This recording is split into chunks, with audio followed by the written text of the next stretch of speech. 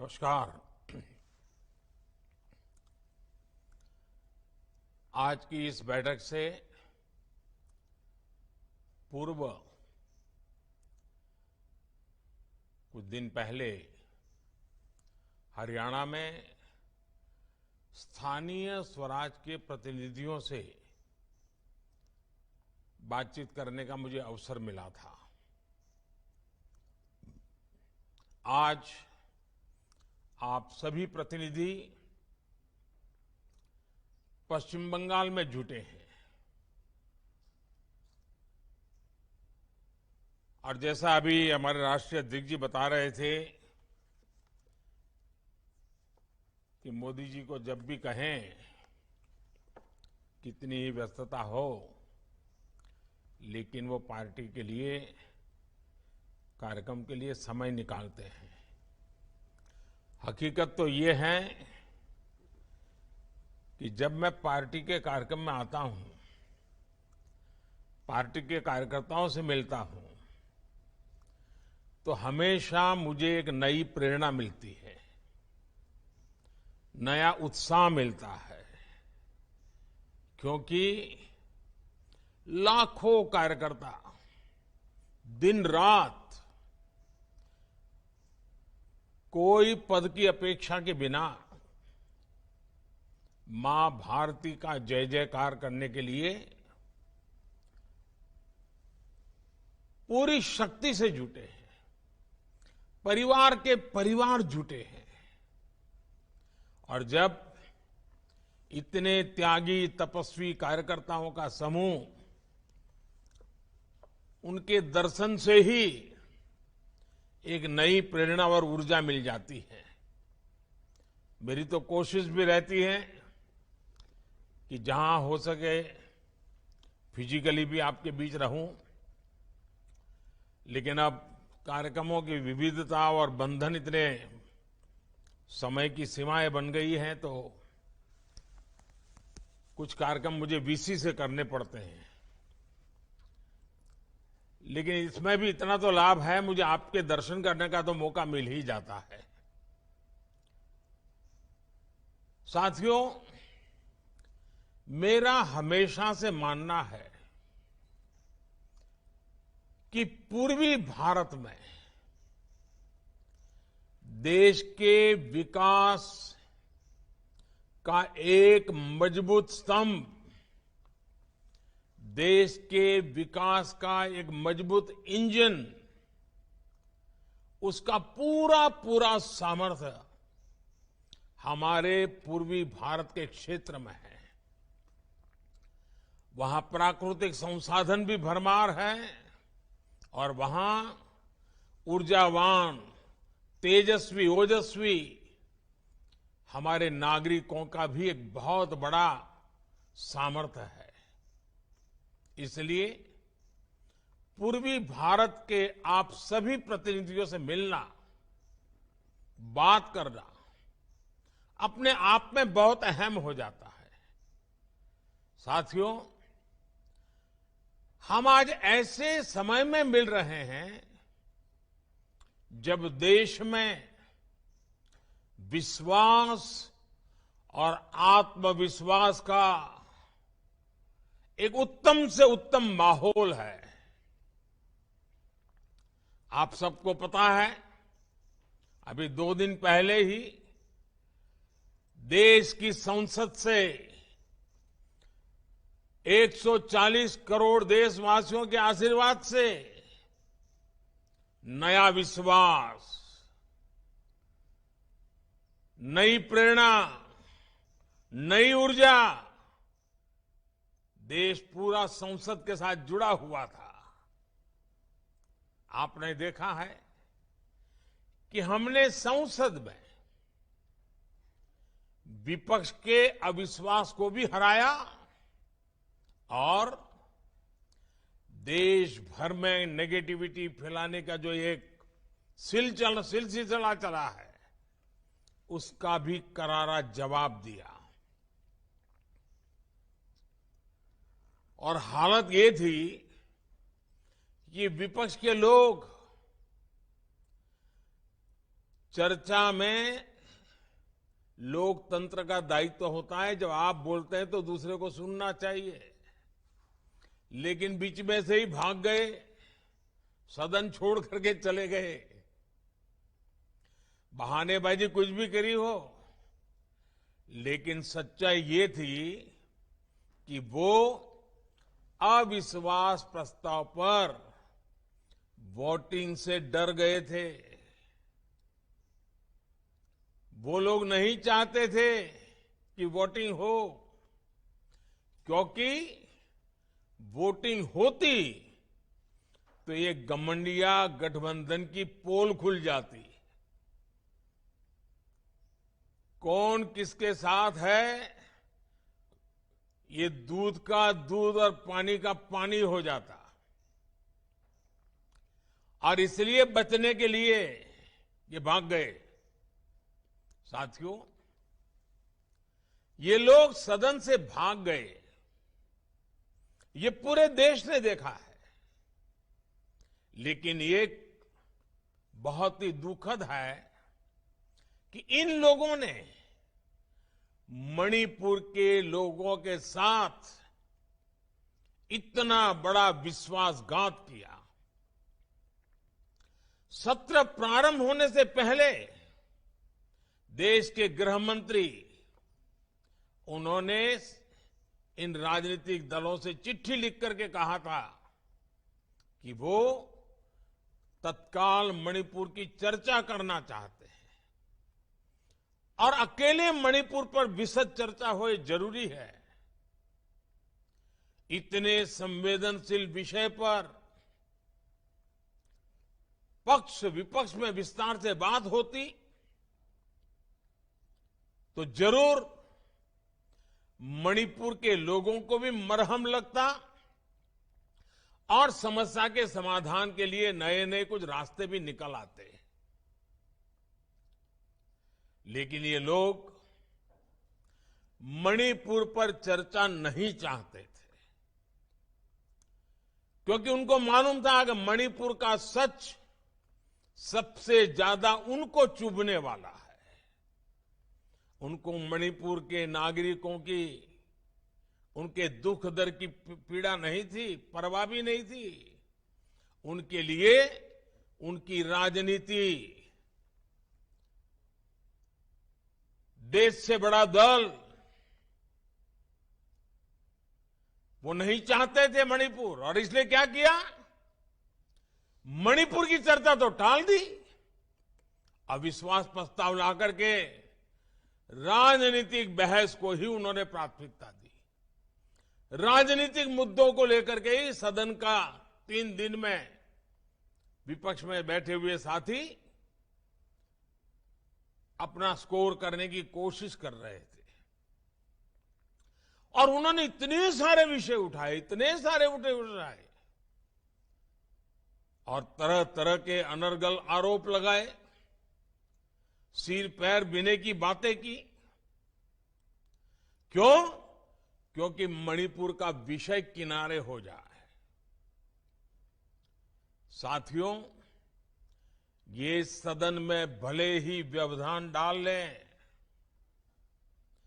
लेकिन हम सभी भारतीय जनता पार्टी के कार्यकर्ताओं ने, हम सभी भारतीय जनता पार्टी के जनप्रतिनिधियों ने जनता के बीच जाकर के सच्चाई और उसको बहुत बारीकी से, सच्चाई के हर पहलू से तैयार होकर के लोगों के पास जाना ही जाना है।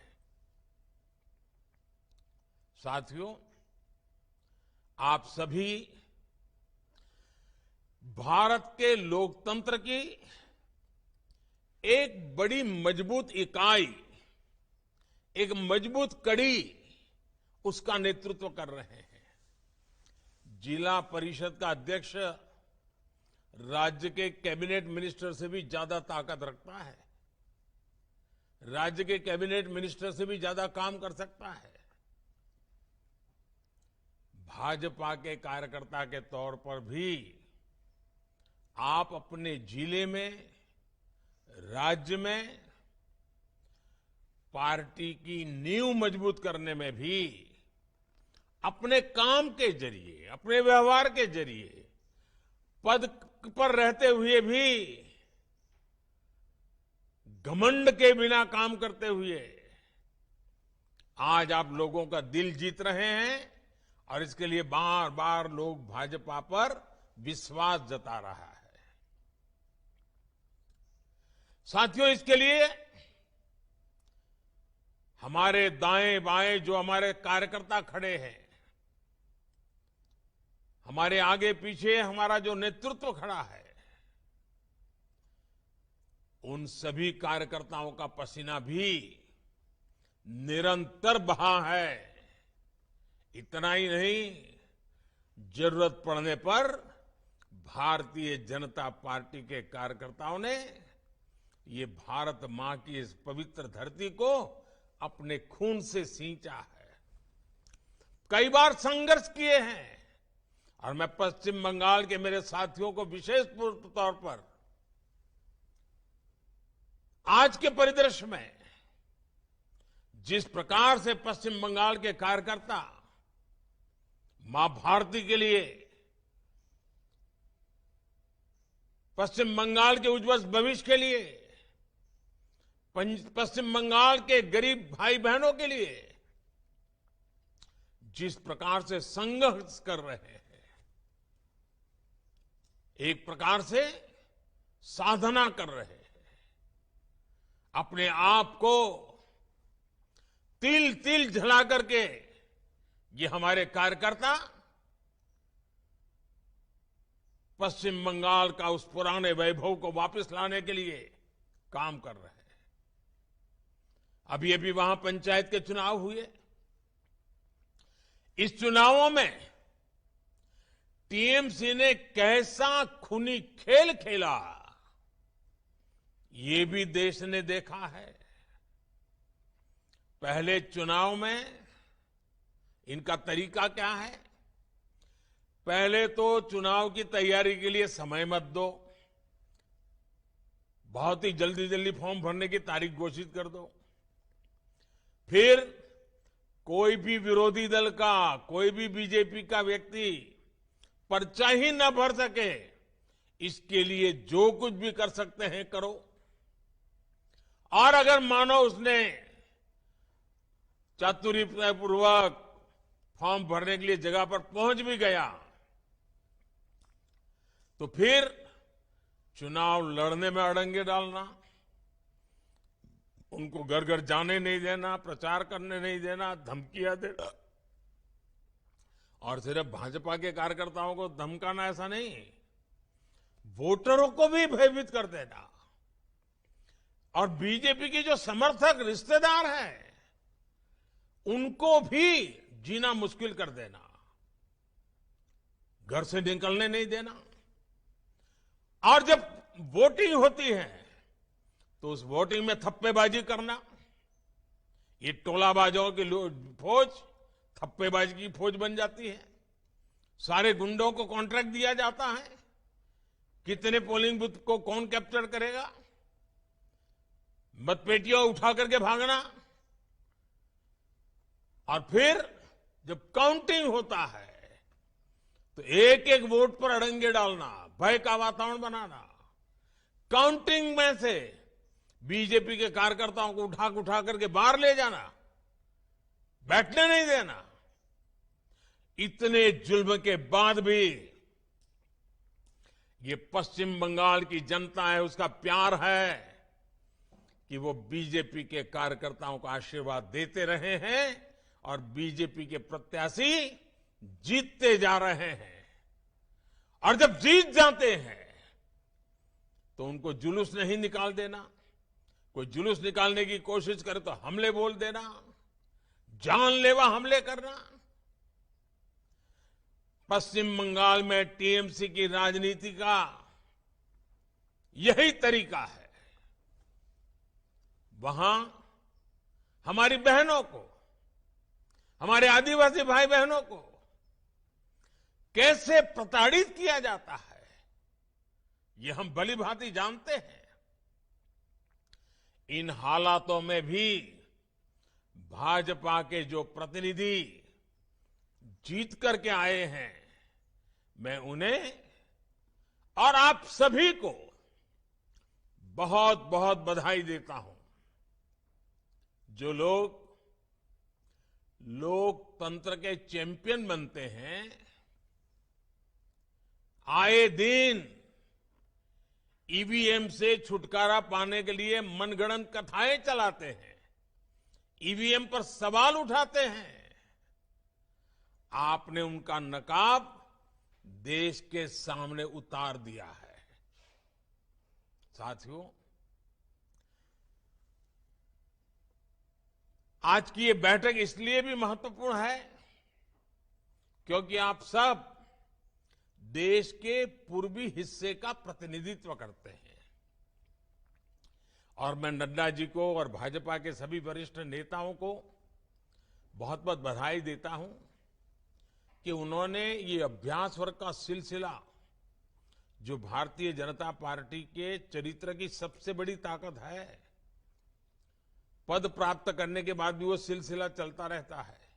अभी बता रहे थे कि सभी पंचायत सदस्यों का अभ्यास वर्ग 35 जगह पे चल रहा है, जिला परिषद के अध्यक्षों का अभ्यास वर्ग चल रहा है। और अभ्यास वर्ग में हम गेट टुगेदर के लिए नहीं आते हैं, कुछ न कुछ नया सीखने के लिए आते हैं, एक दूसरे की बेस्ट प्रैक्टिस को समझने के लिए आते हैं। किसी जिले में हमारे साथी ने कोई अच्छा काम किया है तो उसमें से सीख करके अपने जिले में लागू करने के लिए आते हैं। हम निरंतर नया सीखना, नई पद्धतियों को जोड़ना, नई आवश्यक दिशाओं की ओर जाना, इसलिए अभ्यास वर्ग एक बहुत बड़ी ताकत होती है, बहुत उपयोगी होता है।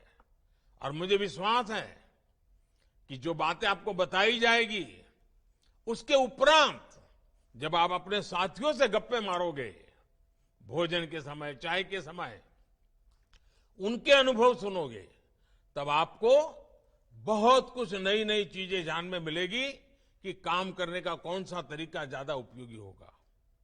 साथियों, पूर्वी भारत एक ऐसा क्षेत्र है जहां हमेशा से भाजपा की प्राथमिकता रही है। भाजपा के लिए सबसे प्राथमिक क्षेत्र है। इस क्षेत्र की जनता ने भाजपा पर हमेशा अपना भरोसा भी जताया है। इसलिए इस क्षेत्र की आकांक्षाओं को पूरा करने की हम सबकी विशेष जिम्मेदारी है और वो जिम्मेदारी दिनों दिन बढ़ती चली जा रही है। और जैसे जैसे जिम्मेवारी बढ़ती है, हमें भी अपनी क्षमता बढ़ानी है। साथियों, मैं हमेशा कहता हूं, आजादी के बाद पूर्वी भारत की जो उपेक्षा हुई है, उसने देश की प्रगति को सबसे ज्यादा चोट पहुंचाई है। हम इस खाई को पाटने के लिए तेजी से काम कर रहे हैं। बीते 5 वर्षों में अगर 13.5 करोड़ लोग गरीबी से बाहर आए हैं, तो इसमें एक बहुत बड़ा हिस्सा पूर्वी भारत का है। और नड्डा जी ने अभी बड़ा विस्तार से इसका वर्णन भी किया। मैं चाहूंगा कि आप इन आंकड़ों से खुद भी परिचित हो और अपने क्षेत्र में लोगों को भी इस बदलाव के बारे में बताएं। इससे उनका विश्वास और बढ़ेगा, देश को आगे ले जाने में वो एक ताकत बन जाएंगे। साथियों,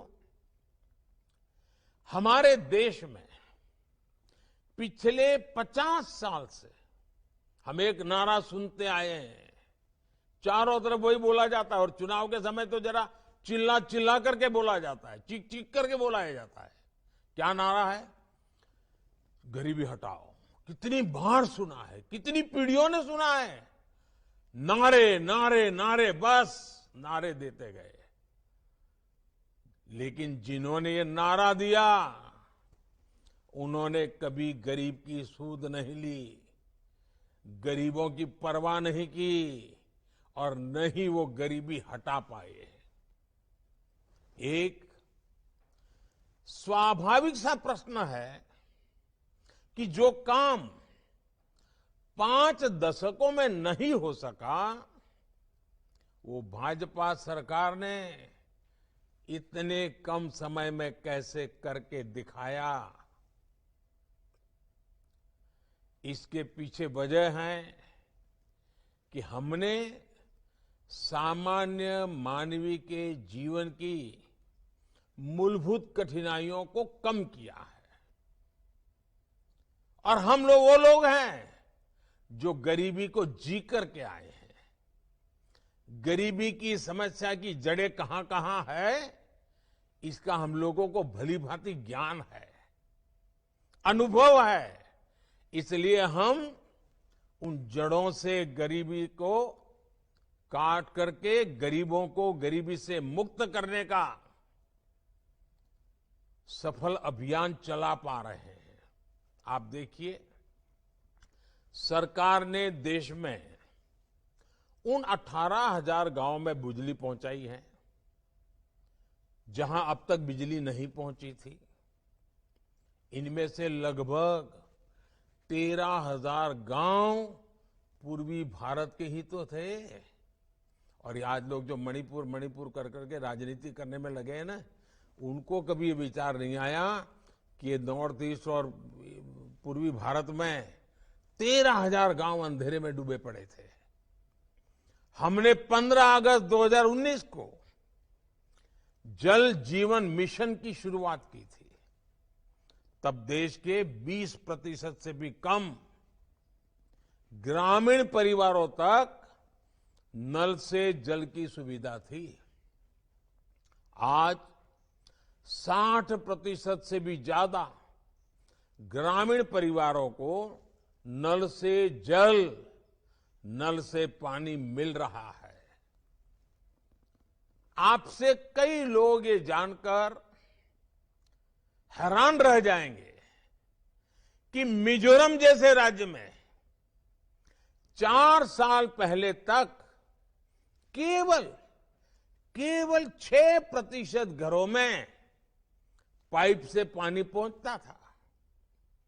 आज ये संख्या 90% से ज्यादा है। बिजली पानी की तरह ही पीएम आवास योजना भी गरीबों के जीवन को बेहतर बनाने में बहुत अहम भूमिका निभा रही है। बिहार में पिछले 9 वर्षों में 50 लाख से ज्यादा पक्के घर पीएम ग्रामीण आवास योजना के तहत बने हैं। 50 लाख।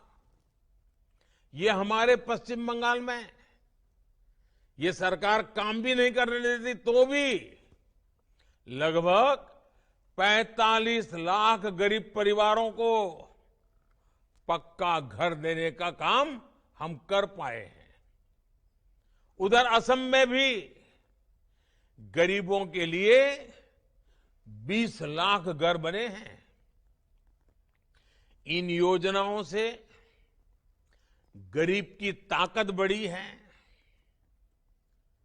उसे नए अवसर मिले हैं और वो अब गरीबी में रहना नहीं चाहता है।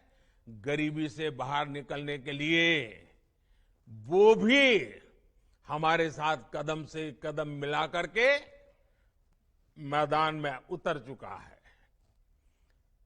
देश ने अब ऐसी सभी योजनाओं के सैचुरेशन का टारगेट रखा है। 100% जो भी इसके हकदार है जिनको जो मिलना चाहिए तो 100% काम पूरा होना चाहिए।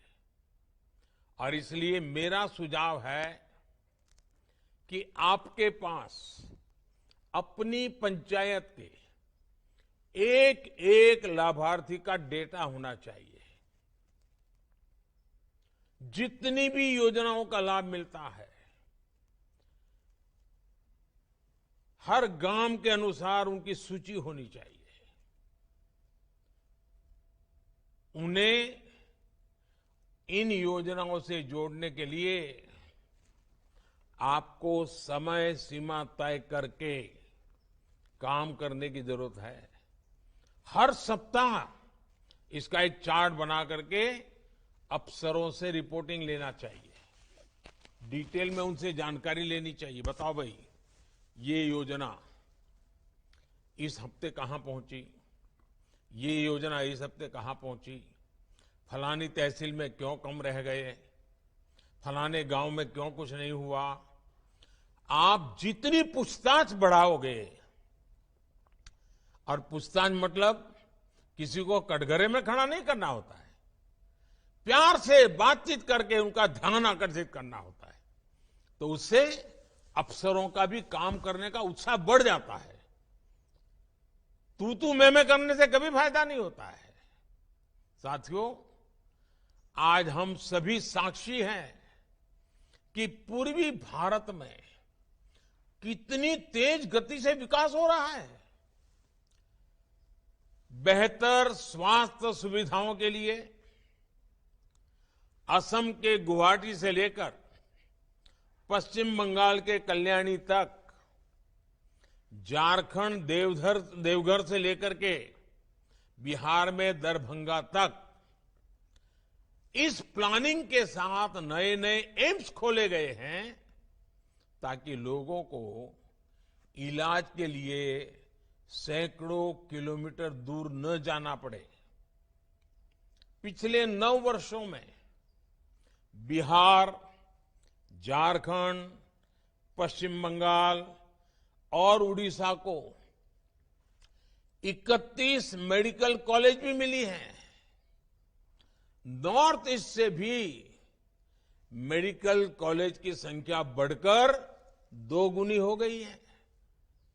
इसी तरह शिक्षा के क्षेत्र में भी पश्चिम बंगाल के कल्याणी में, बिहार के भागलपुर में और झारखंड के रांची में ट्रिपल आईटी खोला गया है। त्रिपुरा के अगरतला और मणिपुर के सेनापति में भी ट्रिपल आईटी खुला है। उड़ीसा और बिहार को आईआईएम संबलपुर और आईआईएम बोधगया जैसे संस्थान मिले हैं।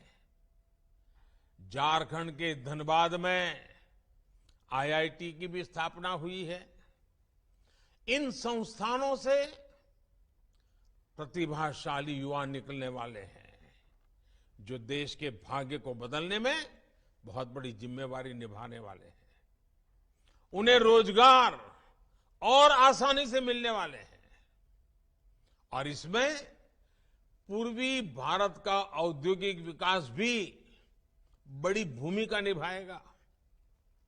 बरौनी, सिंदरी, गोरखपुर और तलचर में फर्टिलाइजर कारखाने खुलने से न सिर्फ पूर्वी भारत के किसानों को फायदा हुआ है, बल्कि बड़ी संख्या में रोजगार का भी निर्माण हुआ है। भाई और बहनों, पूर्वी भारत की अपार खनिज संपदा को पहले की सरकारों ने लूट का जरिया बनाया हुआ था। हमने इस संपदा को औद्योगिक संभावनाओं से जोड़ने के लिए इंफ्रास्ट्रक्चर पर अभूतपूर्व काम किया है। पूर्वी और पूर्वोत्तर राज्यों में करीब 2 लाख करोड़ के 150 से ज्यादा प्रोजेक्ट पूरे किए जा चुके हैं। 14.5 लाख करोड़ के करीब 1250 प्रोजेक्ट्स पर आज काम तेज गति से चल रहा है। बहुत जल्द ईस्टर्न डेडिकेटेड फ्रेट कॉरिडोर से खनिज और पोर्ट्स का सामान देश के दूसरे हिस्सों तक पहुंचेगा। बीते वर्षों में अथक परिश्रम करके पूर्वोत्तर की रेल लाइनों को भी ब्रॉडगेज में बदला जा चुका है। मेजर पोर्ट्स की कैपेसिटी में भी बीते 9 वर्षों में काफी इजाफा हुआ है। इस क्षेत्र में नए नए वाटरवेज का निर्माण भी किया जा रहा है। ये वाटरवेज नेशनल और इंटरनेशनल ट्रेड के लिए पूरब को भारत का बिजनेस गेटवे बना रहे हैं। बेहतर एयर कनेक्टिविटी के लिए पूर्वी भारत में 9 एयरपोर्ट्स भी विकसित किए जा रहे हैं। आप कल्पना कर सकते हैं कितना बड़ा देश का पूर्वी हिस्सा कितने बड़े ट्रांसफॉर्मेशन का गवाह बनने जा रहा है। साथियों, आज दुनिया तेजी से बदल रही है। गांव शहर के बीच की दूरियां तेजी से खत्म हो रही है। आज जो लोकल है उसकी डिमांड ग्लोबल है। इसलिए वोकल फॉर लोकल जैसे अभियान के साथ देश ने वन डिस्ट्रिक्ट वन प्रोडक्ट योजना को लॉन्च किया। आपके जिले की जो खासियत है उसे बेहतर प्रोडक्ट के रूप में मार्केट तक लाने के लिए पंचायतों की एक बहुत बड़ी भूमिका हो सकती है। इसमें जिले से लेकर देश तक आर्थिक विकास के अनंत अवसर जुड़े हैं। आप प्रयास करिए कि छोटे छोटे कामगारों को, उद्योगों को बाजार से जोड़ा जा सके, वो जैम पोर्टल से जुड़ सके। और मैं तो आप सबसे भी आग्रह करूंगा, आपकी जिला परिषद, आपकी जिला पंचायत वो जल्द से जल्द जैम पोर्टल से जुड़ जानी चाहिए। आपकी जिला पंचायत में जो भी खरीदना है वो जैम पोर्टल से खरीदना चाहिए। पैसे भी बचेंगे, भ्रष्टाचार जाएगा और अच्छी क्वालिटी का निर्णय आप आसानी से कर सकते हैं। साथियों, लोकल प्रोडक्ट की सफलता के लिए आज ग्लोबली जीआई टैग की चर्चा होती है। कौन सी चीज जीआई टैग है? अगर जीआई टैग है तो उसका अपने आप एक बहुत बड़ा मार्केट बन जाता है। हमारे पूर्वी भारत के पास ऐसी अनेक प्रोडक्ट है जिसे हमें प्रमोट करने की जरूरत है। और इसलिए हमारे यहाँ की ऐसी विशेष चीजें हैं, उनको जीआई टैग कैसे मिले, आपके अफसरों को लगाइए कि ऐसी चीजें खोजे, जीआई टैग के लिए कैसे करना होता है, सब उनको बताया जाए। आज कई सारे पारंपरिक हुनर उपेक्षा के कारण, बाजार न मिलने के कारण लुप्त हो रहे हैं। इन्हें बचाने में पंचायतें सबसे प्रभावी भूमिका निभा सकती है। आपके क्षेत्र में स्किल इंडिया मिशन एक मुहिम बने, कारीगरों को ट्रेनिंग और सर्टिफिकेट मिले, इसके लिए रोड मैप बनाकर काम करिए।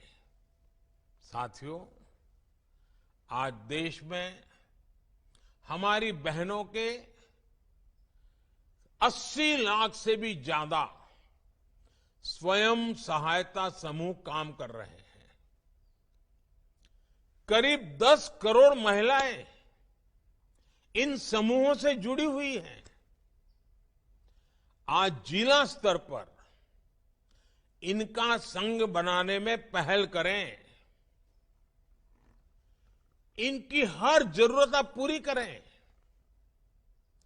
आप जहां भी प्रवास करें जिले में, और मैं मानता हूं कम से कम सप्ताह में 3 दिन आपको प्रवास करना चाहिए, कम से कम 2 रात जिले के किसी न किसी स्थान पर आपको रुकना चाहिए। और वहां जब जाए तो ये महिलाओं से जरूर मीटिंग करनी चाहिए, उनके काम को समझना चाहिए। साथियों, महिलाएं मुद्रा लोन जैसी योजनाओं का लाभ लेकर आगे बढ़ें, इसमें भी आप अहम भूमिका निभा सकते हैं। आपको ये भी टारगेट सेट करना चाहिए कि हम हमारी पंचायत को पावर कंज्यूमर की जगह पावर प्रोड्यूसर बनाएंगे, निर्माता बनाएंगे। वो सिर्फ खरीदार नहीं होगा। साथियों, बिना धुएं के ईंधन का इस्तेमाल हो, बिजली के लिए हर जगह पे एलईडी बल्ब ही प्रयोग किए जाए, इसका आपका पूरा मॉनिटरिंग होना चाहिए। खेतों में लोगों, और मैं तो कहता हूं नॉर्थ ईस्ट जो है ना, वो हिंदुस्तान का ऑर्गेनिक कैपिटल है मेरे हिसाब से। उसको और मजबूत बनाना है। केमिकल खेती की जगह किसान ऑर्गेनिक और नेचुरल खेती से जुड़े। किसान सिंचाई के लिए पर ड्रॉप मोर क्रॉप की तकनीक से जुड़े। जल संरक्षण के लिए घर और खेतों में इंतजाम हो। सूखे तालाबों, सरोवरों को पुनर्जीवित किया जाए। और आपके इलाके में तो अगर तालाबों का रखरखाव किया जाए तो मत्स्य पालन करने वाले गरीब परिवारों को भी बहुत लाभ होता है। अमृत सरोवर के अभियान में आपका जिला सबसे आगे होना चाहिए। आप तय कीजिए, पूरे राज्य में आपका जिला अमृत सरोवर बनाने में और अमृत सरोवर के रखरखाव में, अमृत सरोवर के सौंदर्य में हर प्रकार से आप नंबर 1 होंगे। और आपको हिसाब लगाना चाहिए, लोगों को कहना चाहिए फोटो अपलोड करें आपकी जो वेबसाइट हो वहां। उसी प्रकार से ज्यादा वृक्षारोपण किया जाए। ये सभी काम मैं समझता हूं, अगर सप्ताह में 1 दिन आपके काम में इस प्रकार के काम हो, जैसे 1-2 घंटे स्वच्छता अभियान में जुड़ना ही जुड़ना है। सब कार्यकर्ताओं को, समाज को लेकर किसी न किसी इलाके में जहां गए हैं वहां स्वच्छता का अभियान करें। ऐसे अनेक काम आप बड़े प्रभावी तरीके से करते आए हैं और मुझे विश्वास है आगे भी करेंगे। साथियों, स्वच्छ भारत के संकल्प को भी हमें पंचायत स्तर पर 100% पूरा करना है। और मैं तो पहले भी जैसे कहा कि स्वच्छता ही हमारी भी प्राथमिकता होनी चाहिए। और स्वच्छता के साथ साथ आप अपने क्षेत्र में पर्यटन की संभावनाओं को भी निखार सकते हैं। पार्कों का विकास हो, स्थानीय स्मारकों की देखरेख हो, होम स्टे बनाना हो, ऐसे अनेक विषयों पर आप लोगों की मदद कर सकते हैं। साथियों, 15 अगस्त अब बिल्कुल दरवाजे पर दस्तक दे रही है और हम सबका दायित्व है इस बार भी हर घर तिरंगा कार्यक्रम में ज्यादा से ज्यादा घरों की भागीदारी सुनिश्चित कराएं। देश में शहीदों के सम्मान में चल रही अमृत कलश यात्रा से अपने गांव को जोड़े, हर परिवार को जोड़े। अपने गांव का कोई बेटा मां भारती के सम्मान के लिए शहीद हो गया है तो उसके परिवार का सार्वजनिक अभिनंदन करे। साथियों, अभी नड्डा जी ने विस्तार से बताया, आने वाली 14 अगस्त को विभाजन विभीषिका दिवस है। ये बड़ा दुखद दिवस है, दर्दनाक दिवस है और पश्चिम बंगाल में तो वो दर्द आज भी चीख रहा है। पश्चिम बंगाल के लोगों ने कितना झेला है। विभाजन का दंश आज भी उनको चैन से बैठने नहीं देता है। हमें उन्हीं की संवेदना के साथ, उनकी दर्द के साथ जुड़ करके उन्हें भी जोड़ना है।